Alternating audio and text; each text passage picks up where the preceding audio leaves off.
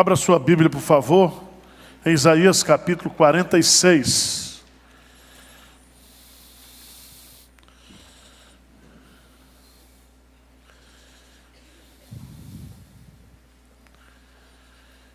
Eu quero meditar nesta manhã com vocês sobre o tema: quem é o seu Deus? Quem é o seu Deus? Eu queria expor para vocês, nós temos pouco tempo, temos a Santa Ceia também. Bel se encurva, Nebo se abaixa. Os ídolos são postos sobre os animais, sobre as bestas. As cargas que costumáveis levar são canseira para as bestas já cansadas. Esses deuses juntamente se abaixam e se encurvam. Não pode salvar a carga. Eles mesmos entram em cativeiro. Ouvi-me, ó casa de Jacó, e todo o restante da casa de Israel, vós a quem desde o nascimento carrego e levo nos braços desde o ventre materno. Até a vossa velhice eu serei o mesmo, e ainda até as cãs eu vos carregarei. Já o tenho feito. Levar-vos-ei, pois carregar-vos-ei e vos salvarei. A quem me comparareis para que eu lhe seja igual? E que coisa semelhante confrontareis comigo? Os que gastam ouro da bolsa e pesam a prata nas balanças, assalariam ourives para que façam Deus, e diante desses se prostram e se inclinam. Sobre os ombros o tomam, levam-no e o põem em seu lugar, e aí ele fica. Do seu lugar não se move, recorrem a ele, mas nenhuma resposta ele dá, e a ninguém livra da sua tribulação. Lembrai-vos disto e tende ânimo. Tomai-o a sério, ó prevaricadores. Lembrai-vos das coisas passadas da antiguidade, que eu sou Deus, e não há outro. Eu sou Deus, e não há outro semelhante a mim, que desde o princípio anuncio o que há de acontecer, e desde a antiguidade as coisas que ainda não sucederam, que digo, o meu conselho permanecerá de pé, farei toda a minha vontade. Que chamo a ave de rapina desde o Oriente, e de uma terra longínqua, o homem do meu conselho. Eu o disse, eu também o cumprirei. Tomei este propósito, também o executarei. Ouvi-me vós, os que sois de obstinado coração, que estáis longe da justiça. Faço chegar a minha justiça, e não está longe. A minha salvação não tardará. Mas estabelecerei em Sião o livramento, e em Israel a minha glória. Do ponto de vista prático, parece que há uma batalha espiritual que é travada no coração de cada crente. Uma batalha espiritual para saber quem é o nosso Deus. Qual é o Deus que nós servimos? Qual é o Deus que nós de fato adoramos? E a Bíblia, e nós lemos aqui, o apóstolo João diz: filhinhos, guardai-vos dos ídolos. E João Calvino, ele diz que o nosso coração, ele é uma fábrica perene de ídolos, e constantemente e diariamente nós temos que travar essa batalha, porque há ídolos que querem tomar o lugar de Deus na nossa vida. E muitas vezes, pelo fato de nós não conhecermos quem é Deus, de nós não meditarmos na Escritura Sagrada sobre o tamanho do nosso Deus, nós muitas vezes fracassamos na nossa fé. E eu queria chamar a sua atenção para esse texto, porque Deus está aqui conversando com Israel no contexto de comparação. É como se Deus estivesse dizendo para Israel: levante todos os ídolos das nações, levante todos os ídolos do coração de vocês, e vamos travar uma comparação entre quem eu sou e o que os ídolos são. E, à luz desse texto, eu queria meditar com vocês sobre quem é o nosso Deus. E o objetivo está lá no versículo 8. Lê comigo. Versículo 8, a primeira frase. O que diz aí? Lembrai-vos disto e tende ânimo. Eu quero lembrar para você nesta manhã quem é o nosso Deus. Para que você se anime. Para que você não venda a sua fé. Não abra mão da verdade por troca de mentiras.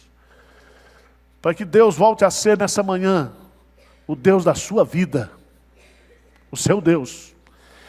E o profeta Daniel diz que o povo que conhece o seu Deus é um povo forte e produtivo. E a primeira verdade que esse texto vai nos ensinar, nos versos de 1 a 4, é que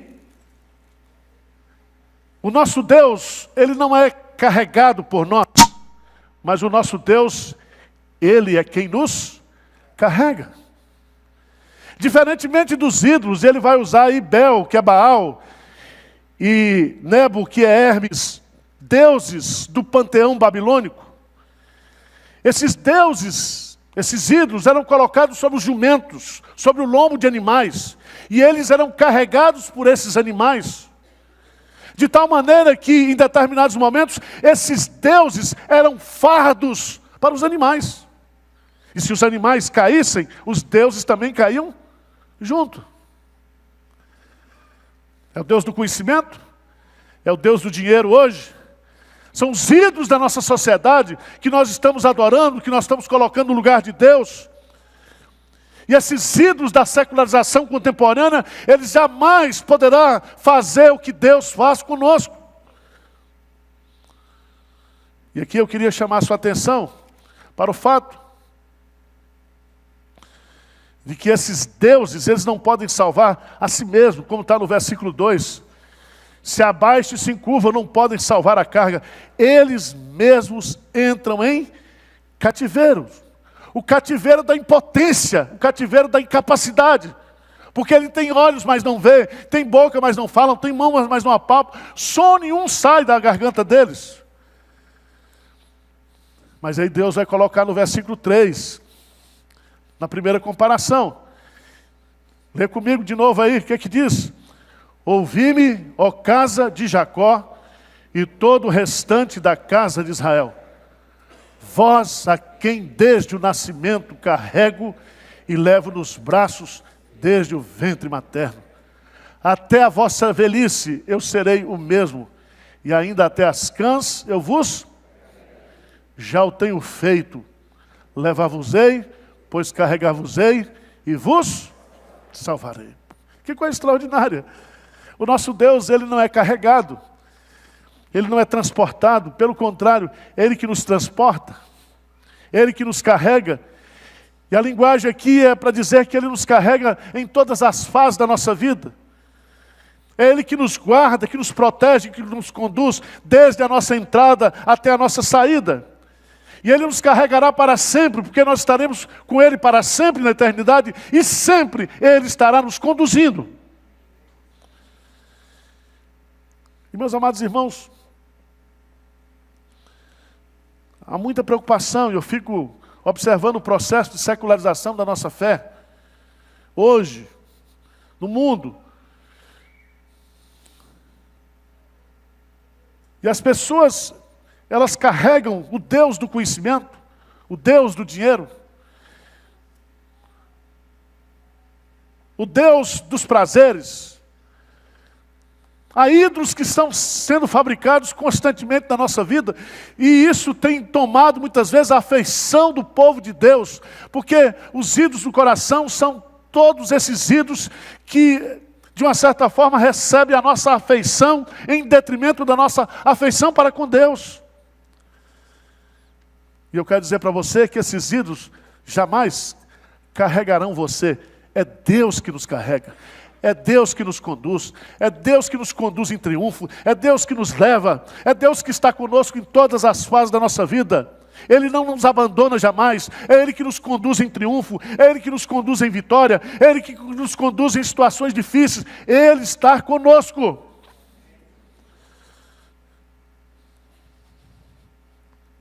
Versículo 5, O salmista, o profeta faz um interlúdio, ele diz assim: a quem me comparareis para que eu lhe seja igual?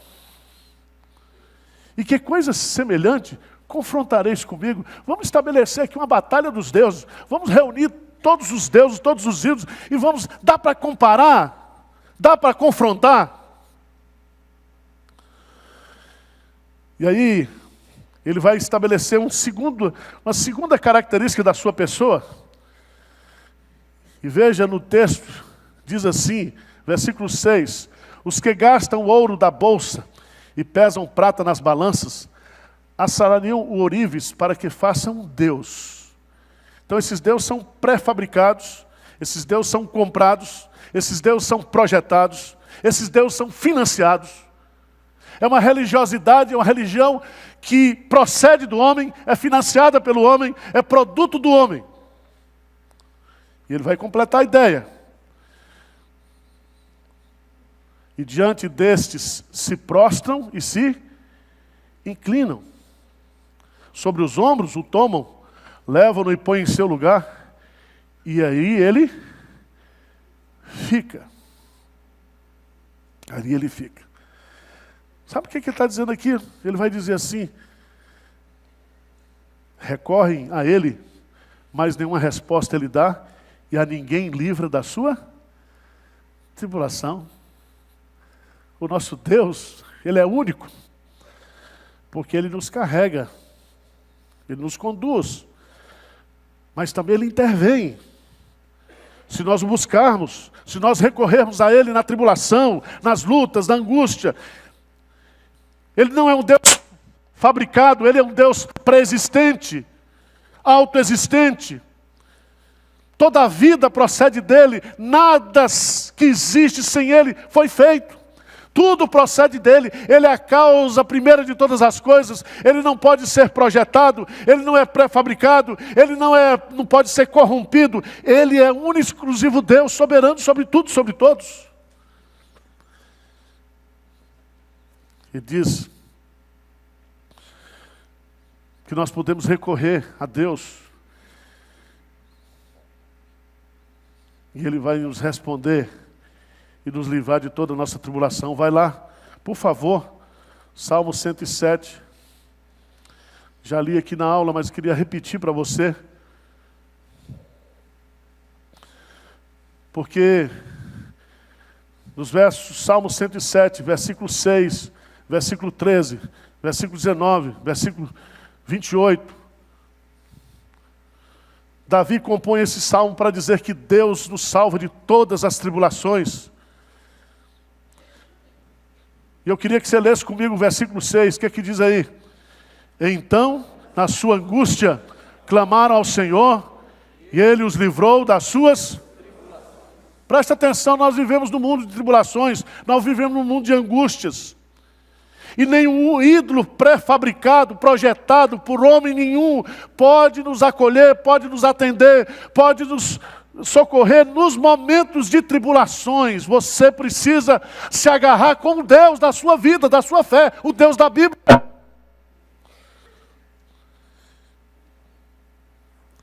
E é tão bonito, porque ele vai dizer no versículo 8, foi o versículo que eu falei, ele diz assim: lembrai-vos disso e tende o quê? Bom ânimo.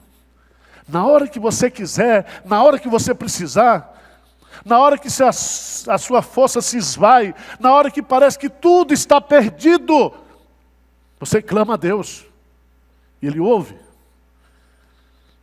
E Ele diz: invoca-me no dia da angústia, eu te livrarei e tu me glorificarás. Eu vou te livrar. Esperei confiantemente pelo Senhor, e Ele se inclinou para mim, e me tirou de um poço de lama, de perdição. Colocou os meus pés sobre uma rocha, firmou os meus passos, e colocou um hino de louvor na minha boca. Louvado seja o nome do Senhor. Só o Deus da Bíblia, só Yahvé, só o Deus que nós cremos pode fazer isso. Então, meu irmão, destrua os ídolos do seu coração.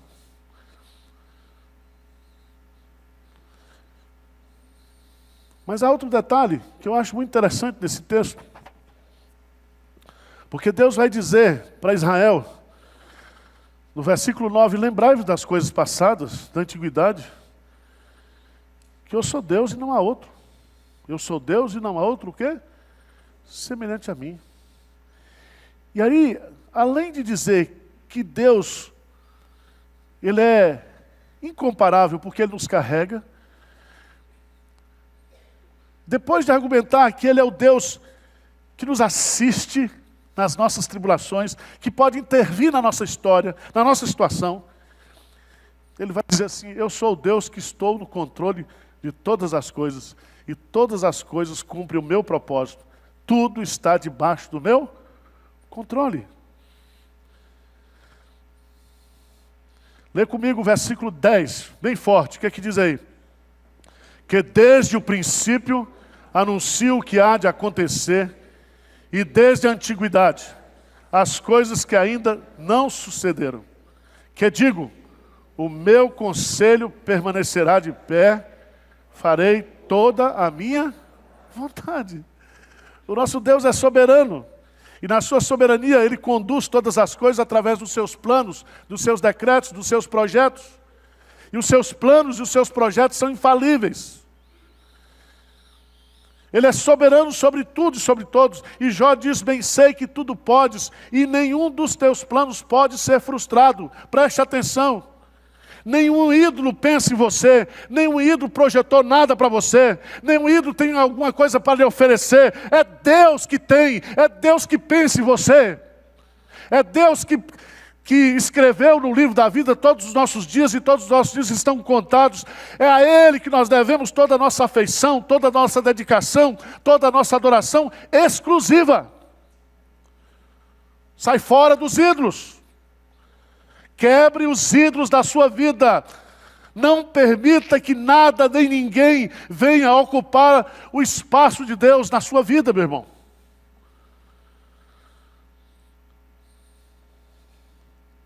Farei toda a minha vontade. Agindo eu, quem impedirá? A vontade de Deus é soberana, a vontade de Deus é eterna, a vontade de Deus é infalível. A vontade de Deus jamais poderá ser frustrada, ser derrotada. Ela permanecerá de pé. E sabe o que eu tenho que fazer? Eu tenho que curvar. A vontade de Deus está de pé. E eu tenho que me humilhar diante dessa vontade. Humilhai-vos sobre a poderosa mão de Deus, disse Pedro, e no devido tempo Ele vos exaltará. Lançai sobre Ele toda a vossa ansiedade, porque Ele tem cuidado de você. Mas o quarto argumento que nós temos no texto, no versículo 11, essa vontade de Deus, ela abrange o mundo irracional, vai desde a ave de rapina até o homem. Todos os seres, todas as espécies estão debaixo do controle de Deus. Mas no versículo 12, ele traz um quarto argumento. E ele começa dizendo: ouvi-me vós que sois de obstinado coração, que estáis longe da justiça. E quando ele fala está longe da justiça, é da justiça de Deus. E a justiça de Deus está em Cristo Jesus. E a justiça de Deus se revela pelo Evangelho, pela fé. A justiça de Deus é Cristo. Ele é a justiça, Ele é a nossa justiça. Ele, somente através da justiça dEle, é que nós podemos ter perdão, ter salvação. Por isso, meu irmão, o que Isaías está colocando aqui é que fora de Deus não há salvação. Fora de Deus, fora da justiça de Deus em Cristo Jesus, eu não posso ter perdão dos meus pecados, nem salvação para a minha vida. Os ídolos não farão nada por você. Os ídolos levarão você para o inferno. Os ídolos não alterarão a sua condição e a sua situação espiritual. Os ídolos não podem libertar você do poder do pecado, do poder de Satanás, do poder da morte. Só o sangue de Jesus, só a justiça de Cristo pode fazer isso. E ele diz, no versículo 13, faço chegar a minha justiça. E não está longe. E essa justiça é a minha salvação, ela não tardará. Mas estabelecerei em Sião o livramento e em Israel o quê? A minha glória. Veja, por favor, lá em Isaías capítulo 43, volta um pouquinho. 43, 11 e 12.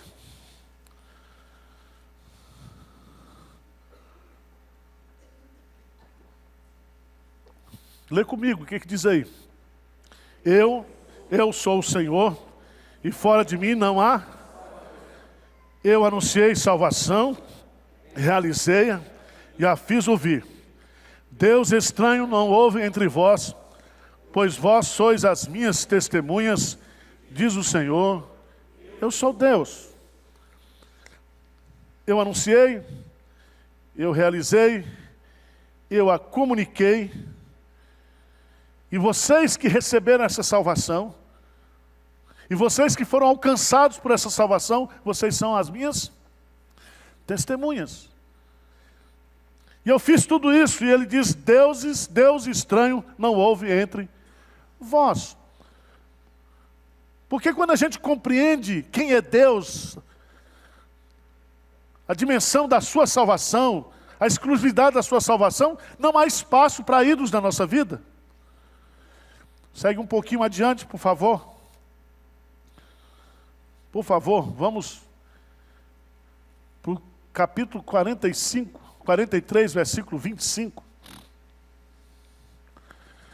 Isaías 43, 25, o que diz aí? Eu mesmo, sou o que apago as tuas transgressões, por amor de mim, e dos teus pecados, não me lembro, presta atenção. Somente Deus, Ele pode apagar todas as nossas, o quê? Transgressões. Só Ele pode nos livrar da culpa, da condenação do pecado. Só Ele. Eu quero encerrar.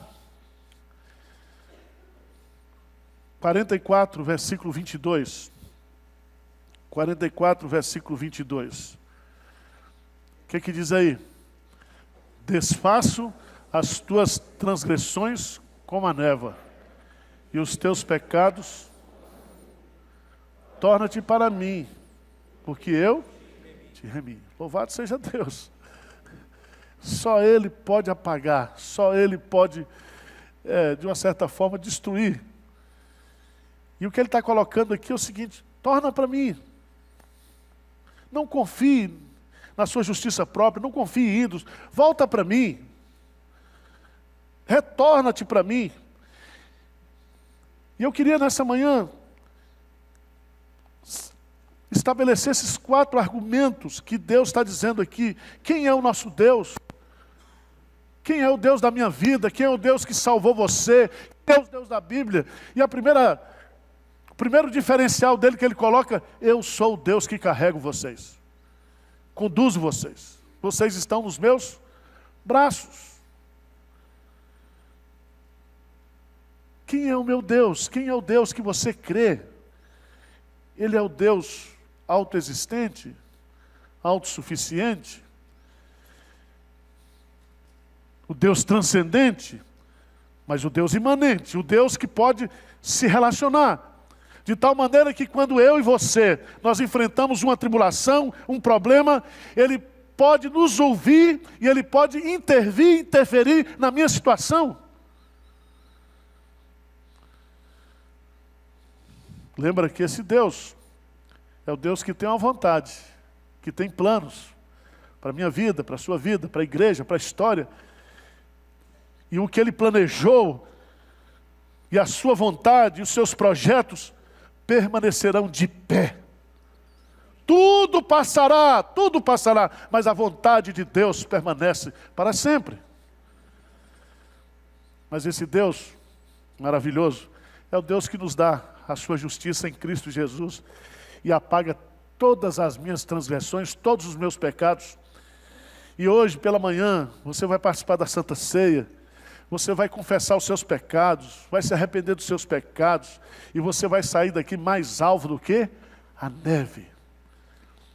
Porque nós não estamos nos aproximando de um trono de juízo, nós estamos nos aproximando do trono de graça, para buscarmos socorro bem presente na tribulação, para que Ele nos perdoe. E nós não temos um sumo sacerdote que não possa compadecer-se das nossas fraquezas. Mas Jesus foi tentado como eu e você, sem pecado, para que Ele pudesse ter empatia e se identificasse conosco, entendesse as nossas lutas, para nos ajudar, para interceder por nós. Amém? Curve a sua cabeça. Louve o Deus da sua vida. Confesse os seus pecados. Vamos participar da Santa Ceia com alegria nessa manhã. Que ao comermos o pão e bebermos, no caso, o nosso ânimo em Deus seja renovado. Amém?